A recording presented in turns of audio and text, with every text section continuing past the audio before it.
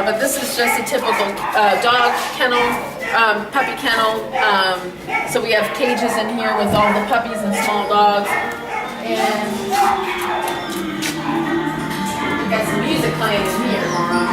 So these are actually all the dogs and puppies that are going to rescue. Now, if you would have come in this morning, this place was packed, and we had a transport this morning come down and pick up, so they took a lot of the animals out of this room, and they're actually heading to right now. So this is so he's actually finishing up. So cleaning up, make sure they all have food and water in their cage, and then as they make a mess, he just gets in there and cleans it up. Puts it back in. That was. Yeah.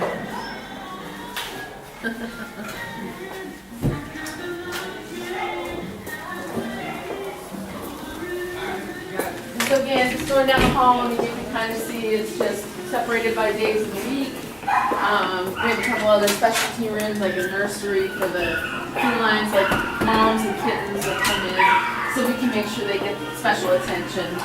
Got a laundry facility here that really we need to have industrial washers and dryers, but we don't yet, so. That's coming. Yeah, that's coming. Your wish list for Christmas. And our receiving kennel is down here. I'll show it to you. Now, you can walk in, but you won't be able to hear yourself think. Okay. But so all of the adult dogs that are larger dogs are going to go into this kennel when they come in, and they'll be held here for their 5-day straight hold. I got you. Yep. I got you. And during that time, we're going to have adoption counselors come down, pick the ones that they have available space for the adoption kennels. When their time is up, then they'll go over when their straight hold is complete, they'll go over for spay neuter. Okay. All right. And then I guess from here we'll walk over to the adoption center. All right. Now, in terms of, you mentioned the vaccination process. From animals that may come in, concerns that you hear from the public, rabies, or any other kind of diseases. Our biggest concern for dogs or puppies is parvo. Parvo. And for cats is, two things. Not deadly upper respiratory infections. We want to keep the colds and stuff down. But for cats, the deadly thing that we're looking out for is panleukopenia. So those are the two things that we want to try to catch. Panleuk is not quite so prevalent, but we do see it, especially during the summer months.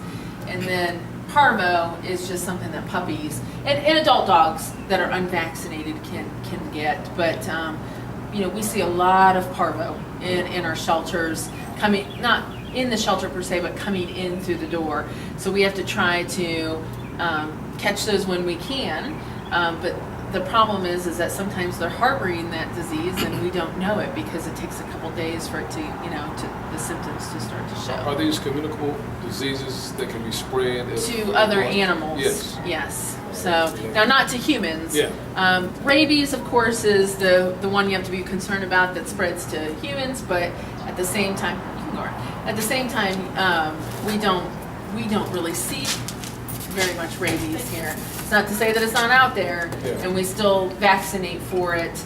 Not on intake, we vaccinate for it whenever they go up on the adoption floor and when they go out to rescue because it's a requirement. So and what the type of potentially prevalent diseases that an animal could have?